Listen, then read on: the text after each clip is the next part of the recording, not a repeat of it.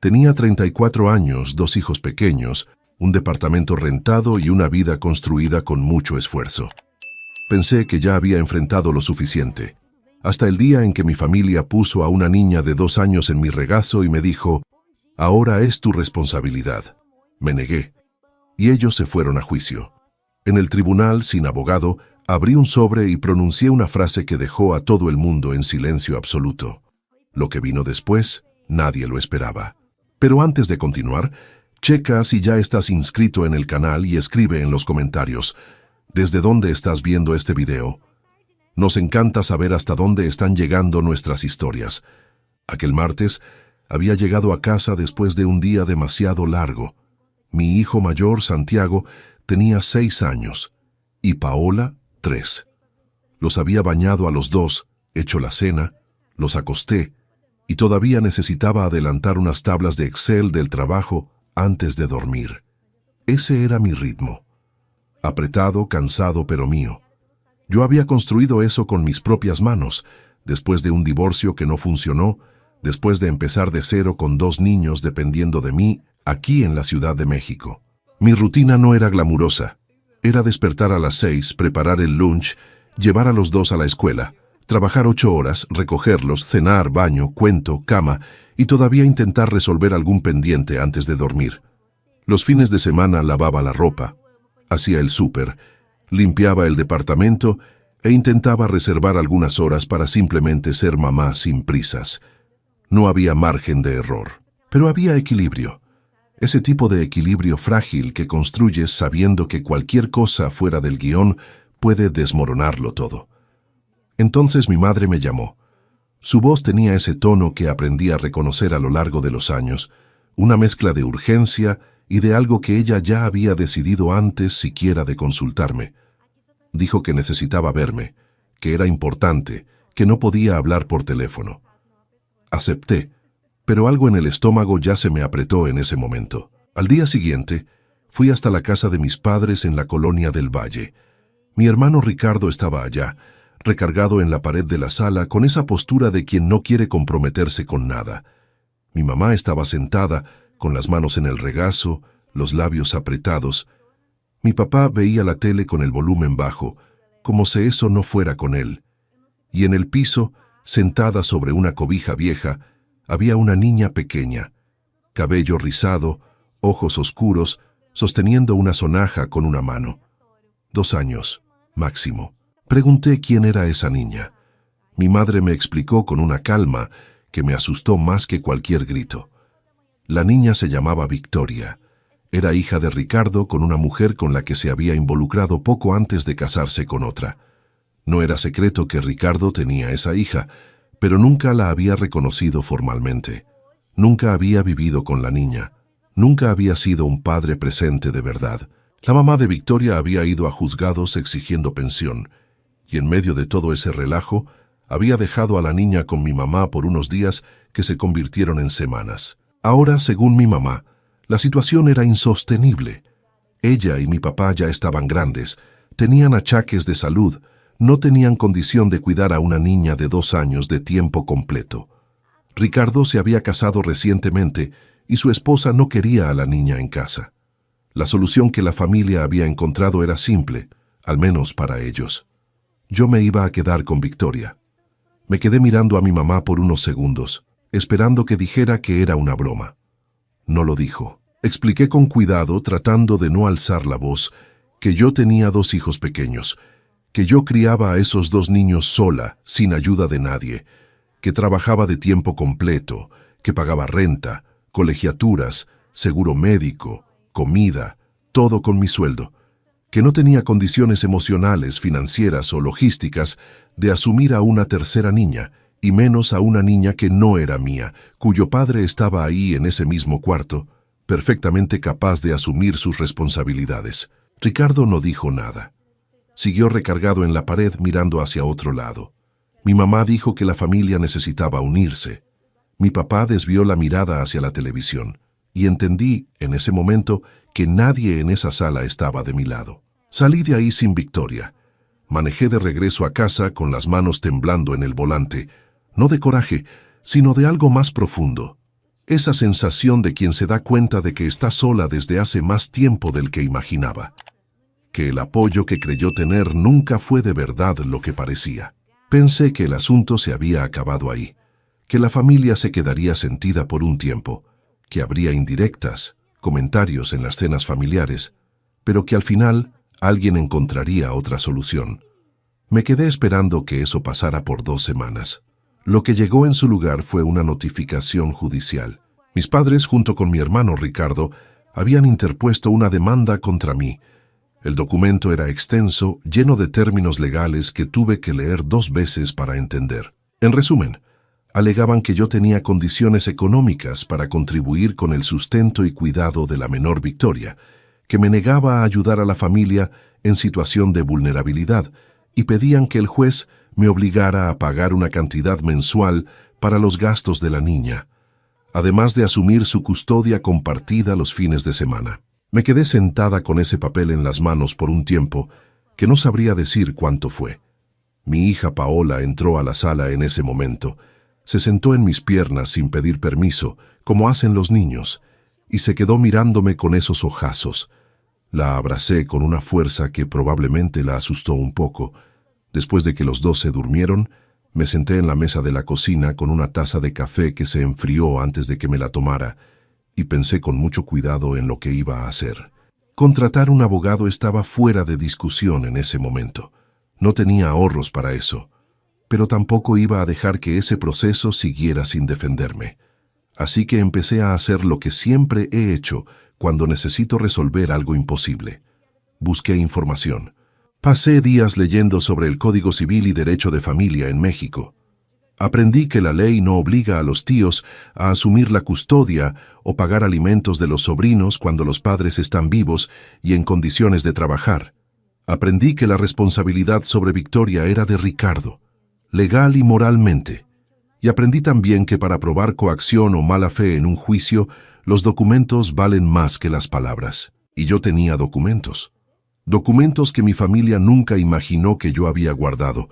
Hay cosas que guardas sin saber exactamente por qué. Por precaución, por instinto o porque una vocecita allá en el fondo te dice que un día eso puede hacer la diferencia. Durante años fui guardando comprobantes de transferencias, capturas de pantalla de conversaciones, un contrato firmado a las carreras una tarde en que mi hermano necesitaba dinero y prometió que me lo devolvería. Nunca lo devolvió. Yo lo sabía, y seguía guardando todo de todos modos. En los días que siguieron a la notificación no dormí bien, no porque tuviera miedo exactamente, sino porque mi cabeza no se apagaba. Me la pasaba revisando todo, cada detalle, tratando de entender hasta dónde podría llegar esa situación. Mis hijos notaban que algo estaba diferente, de la forma en que los niños notan esas cosas, sin entender qué es, pero sintiendo el peso en el aire. Santiago me preguntó una vez si estaba triste. Le dije que no, que solo estaba pensando mucho. Fui a los juzgados de lo familiar en la calle de Niños Héroes la semana siguiente para entender mejor los trámites. Hablé con una trabajadora social que me explicó algunos puntos importantes del proceso. Fue directa. Procesos como ese rara vez prosperaban cuando había un padre vivo que la había reconocido y que tenía empleo. El problema era que Ricardo había logrado presentar documentos mostrando una supuesta inestabilidad financiera reciente, una maña que reconocí inmediatamente porque le había prestado dinero apenas 4 meses antes de que todo esto empezara. Dinero que me había pedido diciendo que estaba en aprietos, dinero que yo le había transferido porque era mi hermano, porque mi mamá me lo había pedido, porque yo todavía creía que la familia significaba algo. Y ahora ese mismo hermano usaba una narrativa de pobreza para justificar por qué su hija debía ser mi responsabilidad. La frialdad de aquello me pegó como un balde de agua fría. Empecé a armar mi defensa con el cuidado de quien no tiene margen para fallar. Organicé los comprobantes de las transferencias que le había hecho a Ricardo a lo largo de los últimos 3 años. No era cualquier cosa. Sumaban una cantidad significativa. Dinero que nunca regresó, dinero que mi familia nunca mencionó cuando me pidieron hacerme cargo de Victoria. Separé también mensajes de WhatsApp, fragmentos de conversaciones, donde mi hermano hablaba abiertamente sobre la situación de su hija, sobre no querer involucrarse, sobre esperar que alguien más lo resolviera. Había un mensaje en especial, enviado por Ricardo para mí, meses antes de todo esto, donde decía con todas sus letras que no tenía intención de hacerse cargo de la niña, porque su vida ya había tomado otro camino. Guardé ese mensaje con un cuidado especial, imprimiéndolo por duplicado y guardándolo en lugares diferentes. Paralelamente, mi mamá intentó llamarme varias veces. No contesté las primeras. Cuando finalmente le tomé la llamada, la conversación fue corta. Dijo que yo estaba siendo egoísta, que la familia estaba sufriendo, que Victoria era una niña inocente y merecía estabilidad. Estuve de acuerdo con la última parte. Victoria era inocente, y precisamente por eso merecía que su padre asumiera su responsabilidad, y no que fuera usada como argumento para presionar a una tía que ya criaba a 2 hijos sola. Mi mamá se quedó en silencio por unos segundos y luego dijo que yo había cambiado, que ya no era la hija que ella había criado. No respondí nada. Colgué el teléfono y me quedé mirando la pared por un rato. Lo que me dolió no fue la acusación, fue darme cuenta de que ella se lo creía, que para ella la hija que había criado era alguien que aceptaba todo, que aguantaba todo, que decía que sí cuando necesitaba decir que no para mantenerse dentro de ese círculo llamado familia. Pero esa hija había aprendido, de la peor manera, que decir que sí a todo no protegía a nadie.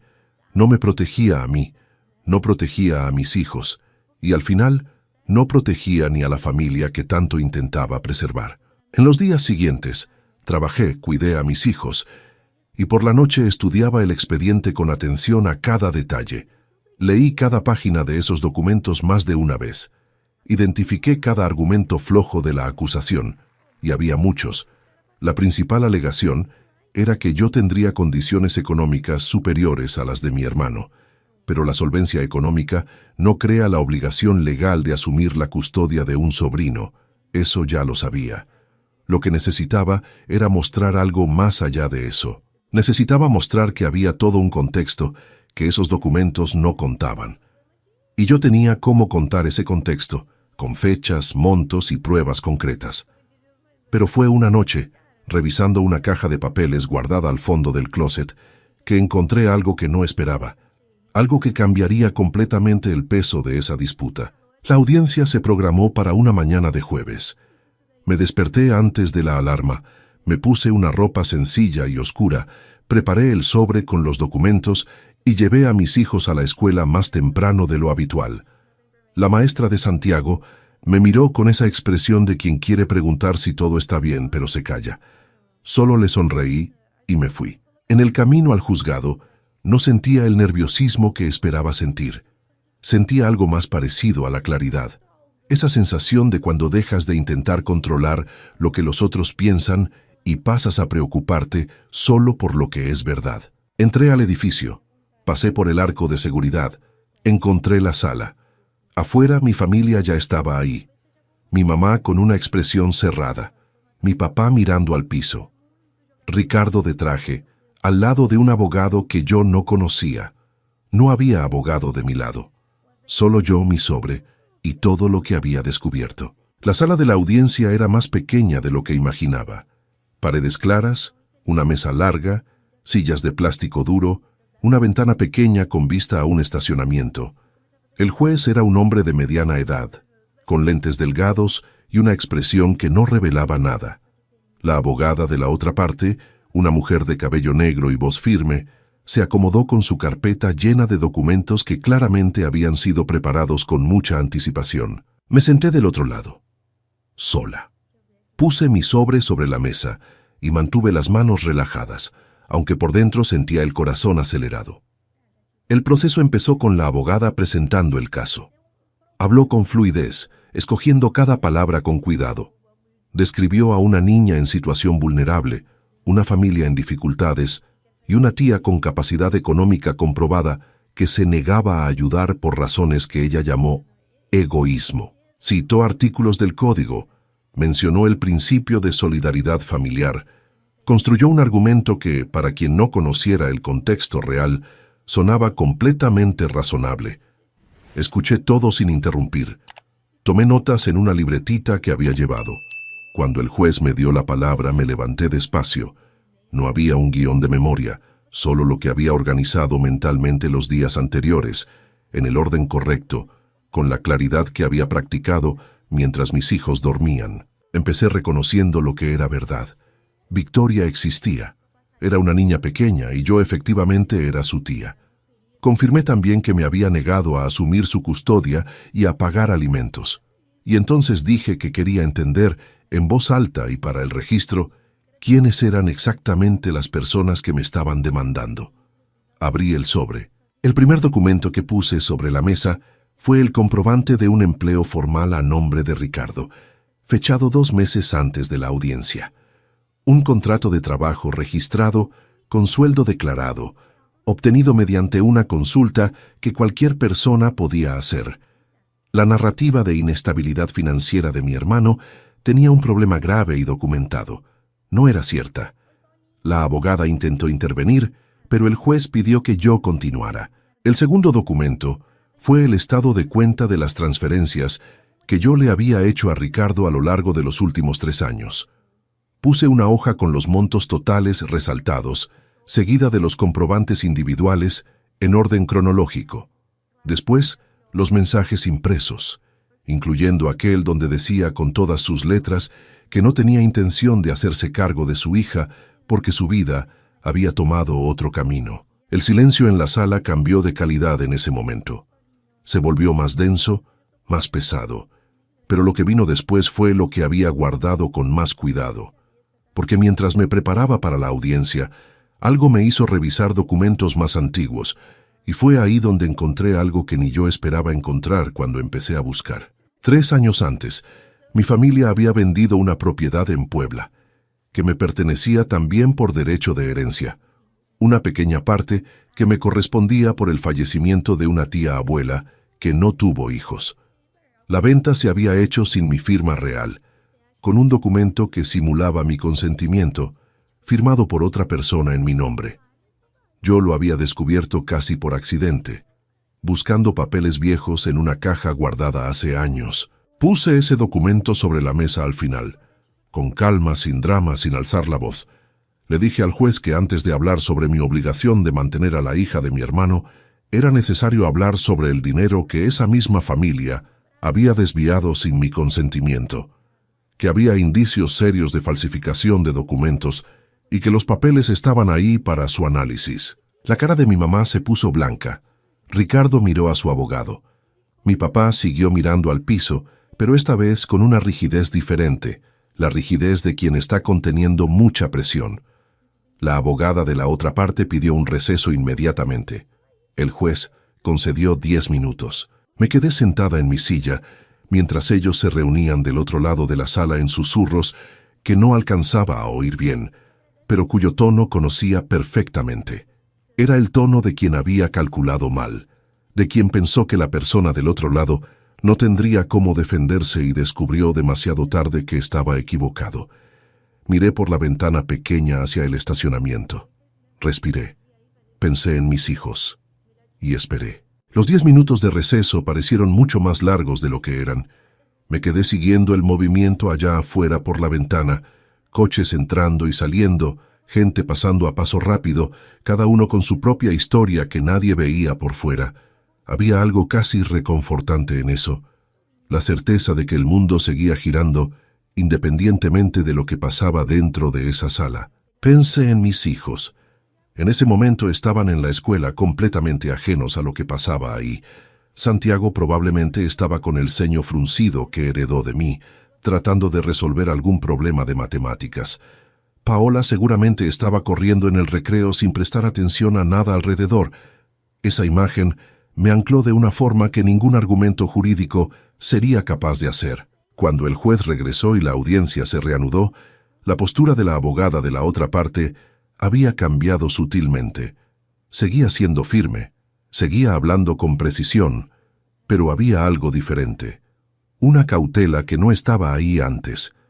El tipo de cautela de quien intenta contener un daño sin saber exactamente hasta dónde se extiende. Intentó argumentar que el documento sobre la propiedad era un asunto aparte, sin relación con el proceso en curso, que sería necesaria una investigación propia en la instancia adecuada. El juez escuchó, anotó algo, y luego me preguntó directamente si yo había formalizado alguna denuncia sobre esa situación. Dije que no la había formalizado todavía, pero que tenía toda la documentación necesaria para hacerlo, y que dependiendo del rumbo de esa audiencia, presentaría la denuncia esa misma semana. No necesité decir nada más. La implicación era suficientemente clara para todos en la sala. Lo que pasó en los minutos siguientes fue una especie de desmoronamiento silencioso. La abogada retrocedió en algunos puntos centrales. El juez le hizo preguntas directas a Ricardo sobre su situación de empleo actual, y mi hermano respondió con una voz que no le había escuchado antes. Sin la arrogancia de siempre, solo una voz baja y contenida de alguien que sabía que había sido expuesto ante una autoridad. Mi mamá lloró durante parte de la audiencia, no un llanto dramático, sino ese llanto contenido de quien no quiere demostrar debilidad, pero no puede aguantarse por completo. La miré algunas veces, no con enojo, no con satisfacción, con una tristeza muy específica, esa que aparece cuando te das cuenta de que una persona a la que amaste mucho tomó decisiones que no tienen forma de deshacerse. Al final de la audiencia, el juez no dictó sentencia inmediata.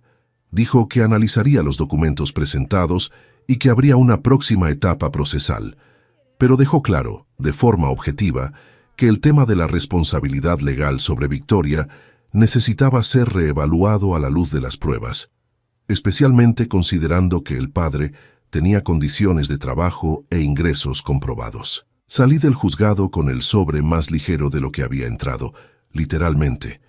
Había dejado copias de todo sobre la mesa. Afuera, el sol pegaba fuerte. Me quedé parada en la banqueta por un instante, respirando el aire caliente de esa mañana, sintiendo las piernas un poco flojas por una tensión que solo entonces empezó a soltarse por completo. Ese temblor tardío que el cuerpo guarda mientras necesita ser fuerte y libera solo cuando siente que ya puedes. No me fui directo a la casa. Fui a un café cerca del juzgado, pedí un jugo, me senté en una mesa de la esquina y me quedé ahí por casi una hora sin hacer nada importante, solo existiendo, observando a la gente alrededor platicando, riendo, discutiendo el menú, viviendo cosas pequeñas que en ese momento parecían un lujo. Era algo extraño, ocupar un espacio sin tener que demostrarle nada a nadie, sin tener que ser fuerte para alguien más. Esa tarde recogí a mis hijos de la escuela. Santiago llegó corriendo. Me contó algo sobre un proyecto de ciencias que había presentado. Paola me tomó la mano sin decir nada, como solía hacerlo, y se quedó columpiando el brazo mientras caminábamos al coche. Los miré a los dos y pensé con una claridad que cortó todo lo demás. Es por esto. Siempre es por esto. En las semanas siguientes, mientras esperaba el desenlace del proceso, la dinámica familiar cambió de formas que no había previsto. Mi mamá dejó de llamar con la misma frecuencia. Ricardo desapareció por completo. Mi papá me mandó un mensaje corto, solo preguntando cómo estaba, sin mencionar nada de lo que había pasado. Respondí que estaba bien. La familia se había acostumbrado a lo largo de muchos años a una versión de mí que cedía, que se quejaba en voz baja pero al final aceptaba, que priorizaba la armonía por encima de todo, incluso cuando esa armonía le costaba algo de sí misma. Cuando esa versión dejó de existir, ellos no sabían exactamente cómo reaccionar a lo que se había quedado en su lugar. La sentencia llegó una tarde común, por correo electrónico, sin aviso previo. Estaba saliendo del trabajo cuando el celular vibró. Abrí el archivo ahí mismo, en la banqueta, con la gente pasando a mi alrededor, sin saber que ese momento importaba tanto para mí. El juez había desechado la petición de la familia en casi su totalidad. El argumento central era directo y fundamentado. No había base legal para obligar a una tía a asumir la custodia o pagar alimentos de una sobrina cuando el padre está vivo, registrado y con capacidad de trabajo comprobada. La petición de custodia compartida en los fines de semana fue igualmente negada. En cuanto al tema de la propiedad, El juez había turnado los documentos para análisis del Ministerio Público, reconociendo que había indicios que merecían investigación. Lo leí 3 veces para estar segura de que estaba entendiendo bien. Después, guardé el celular, seguí caminando hasta el coche, entré, cerré la puerta y solo entonces dejé salir un llanto que no me había dado cuenta que estaba aguantando desde hacía semanas. No era un llanto de alegría. Era más complejo que eso. Era el llanto de quien cargó un peso por mucho tiempo y de repente se permite soltarlo. Y en el momento en que lo suelta, se da cuenta exactamente de cuánto pesaba.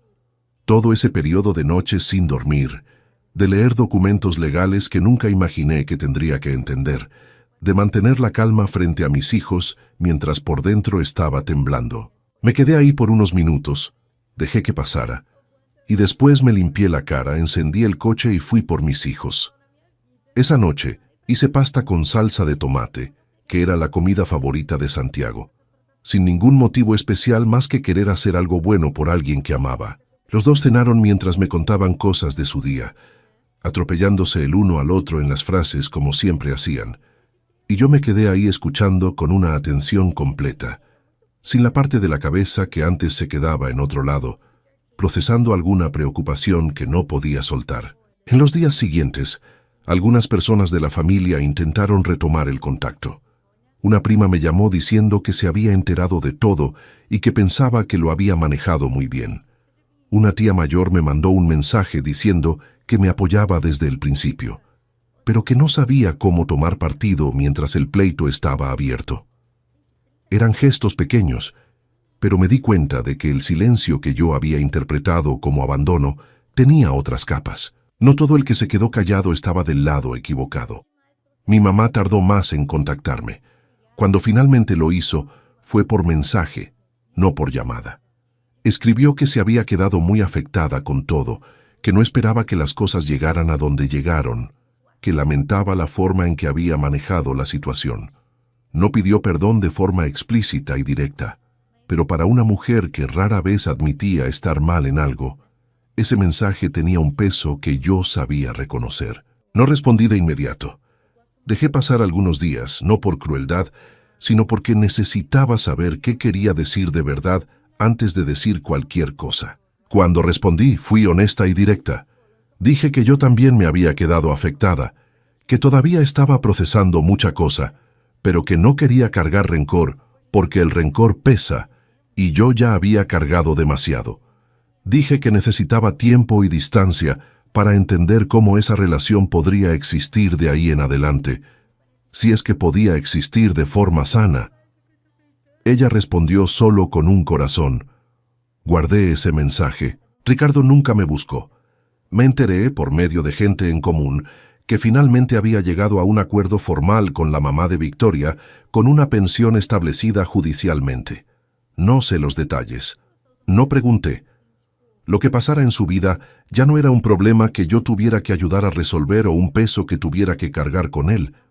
Victoria se quedó con su mamá, con la pensión del papá. Supe eso y sentí un alivio que no era para mí, sino por la niña.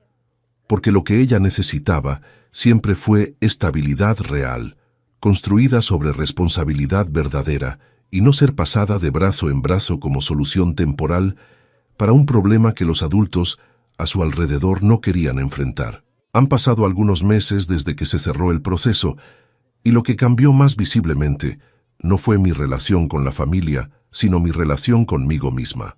Hay una versión de mí que existió por muchos años, una versión que aprendió temprano que la mejor forma de ser amada era ser útil, que confundió cuidar a los demás con anularse, que decía que sí cuando quería decir que no porque tenía miedo de lo que el no costaría. Esa versión funcionó por un tiempo, o pareció funcionar. En realidad, fue acumulando un cansancio que fui empujando hacia adentro, llamándolo normalidad, llamándolo vida adulta, llamándolo madurez. Fue solo cuando me empujaron al límite que me di cuenta de cuánto había cedido sin darme cuenta. Volví a tener una rutina con mis hijos que no era solo de supervivencia. Empecé a hacer cosas simples con más atención. Llevar a Santiago al fútbol los sábados por la mañana. y realmente ver el partido en lugar de estar pegada al celular. Sentarme con Paola mientras dibujaba y fingir que entendía lo que estaba representando en esos rayones de colores y oírla explicar con toda seriedad. Cosas que hacía antes, pero que, en los periodos más difíciles, eran parte de un piloto automático. Ahora eran presencia de verdad. En el trabajo empecé a notar que había una claridad diferente en la forma de tomar decisiones. Cuando dejas de gastar energía tratando de darles gusto a personas que no se van a conformar con nada, sobra una cantidad de enfoque que no sabías que tenías disponible. Recibí un ascenso que se había pospuesto 2 veces por circunstancias que involucraban mi inestabilidad personal. Esta vez no había inestabilidad.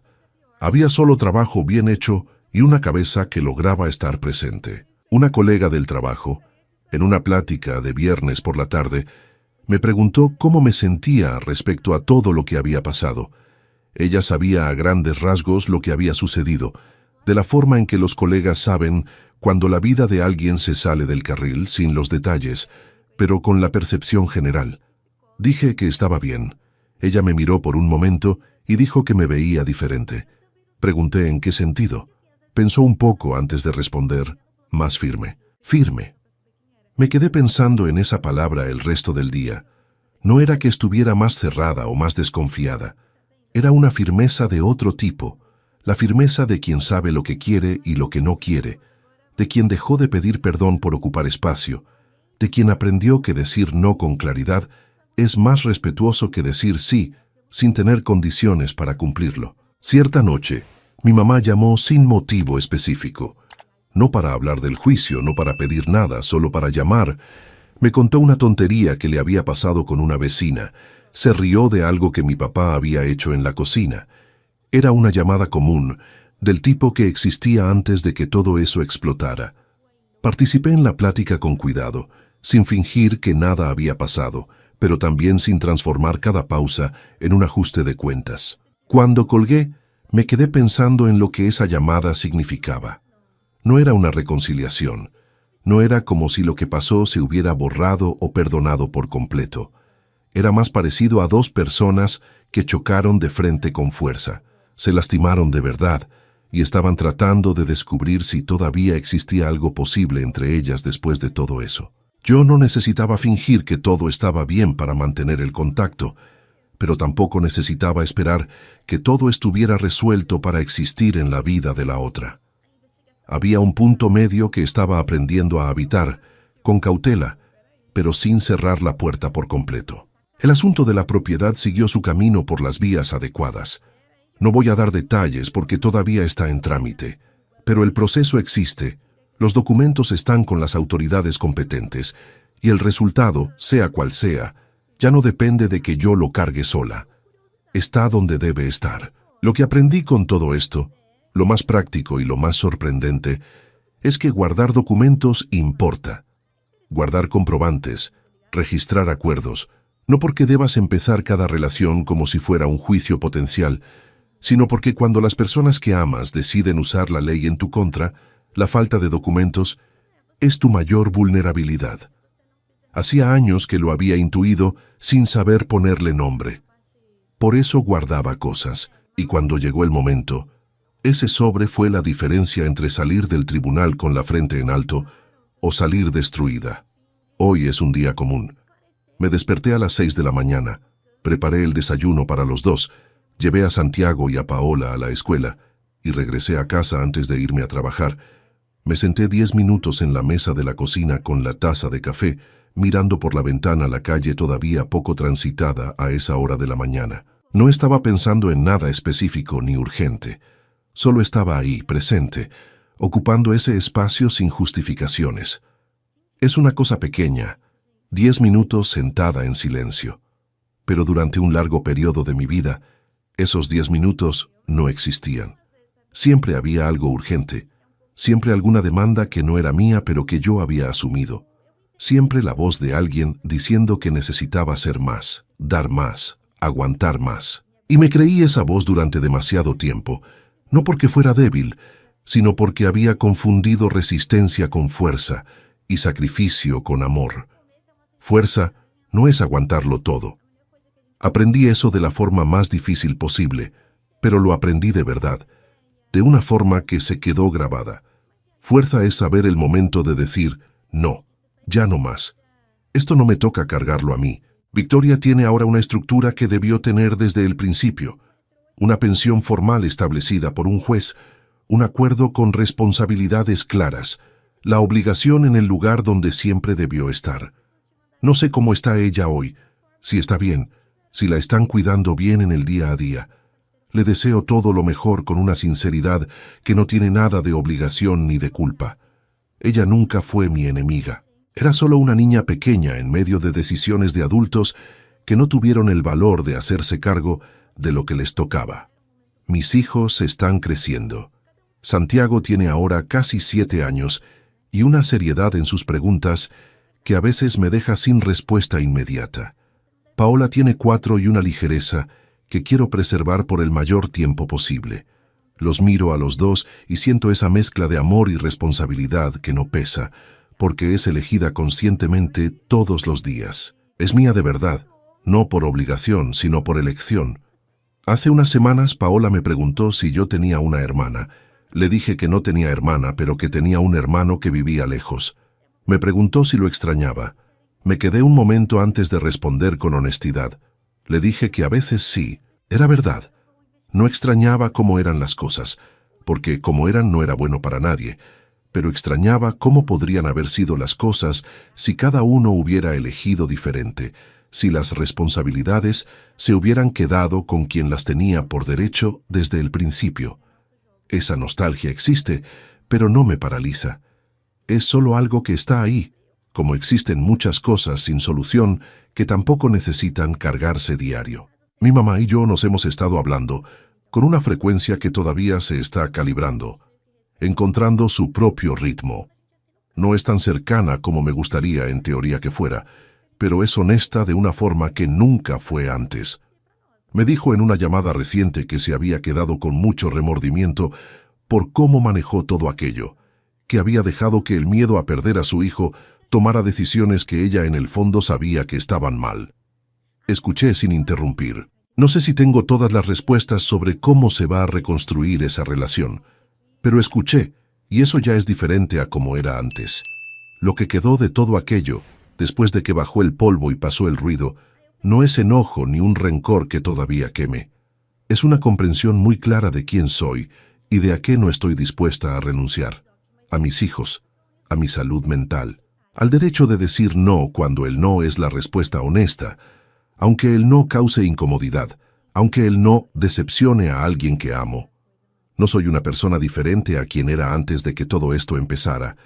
Soy la misma persona, con las mismas raíces, los mismos afectos, las mismas cicatrices viejas, pero con un límite que aprendí a reconocer, a nombrar y a respetar dentro de mí antes que cualquier otra cosa. Si estás escuchando esta historia y reconoces algo de ella en tu propia vida, ya sea en la relación con tu familia, con tu pareja, con tu trabajo, no esperes a que te empujen al límite para darte cuenta de dónde están los tuyos. La justicia puede darte la razón en un juzgado, pero no te devuelve los años que pasaste haciéndote chiquita para mantener la paz de otras personas a tus costas. Tú también mereces paz, la tuya propia, construida de la forma que tenga sentido para ti, sin tener que pedir permiso. Ahora, si te gustó esta historia, dale clic a suscribirse y dime en los comentarios qué parte te dejó con la boca abierta. Y no olvides hacerte miembro para tener acceso a videos exclusivos que no subo aquí. Te espero allá.